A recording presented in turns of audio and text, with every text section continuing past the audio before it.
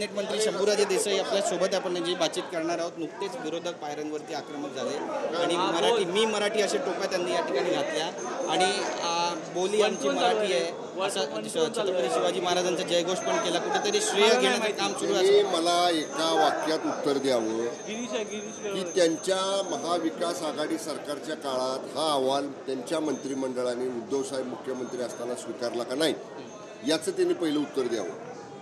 त्यामुळं करायचं स्वतःच आणि ते पुन्हा जेव्हा आमच्या महायुतीच्या सरकारनं आता त्याच्या संदर्भातली समिती गठीत करून 3 महिन्यात त्या समितीचा अहवाल मागवलाय तेव्हा मग आता सांगायचं की आम्हीच केलं म्हणजे आमच्यामुळं झालं असं नाही. त्यांनी एका प्रश्नाचं उत्तर द्यावं.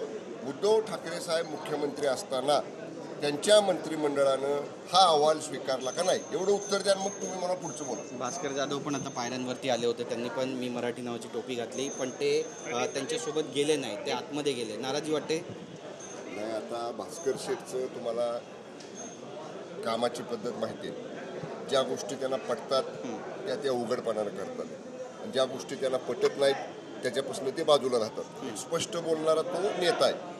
आज विधिमंडळामध्ये 2004 पासून मी त्याला बघतोय.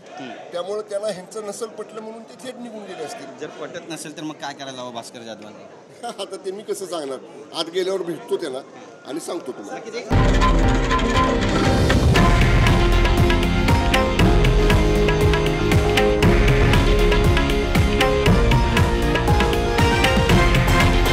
हे आहे देशातील नंबर 1 न्यूज नेटवर्क आणि आपण पाहत आहात TV9 मराठी, एकमेव.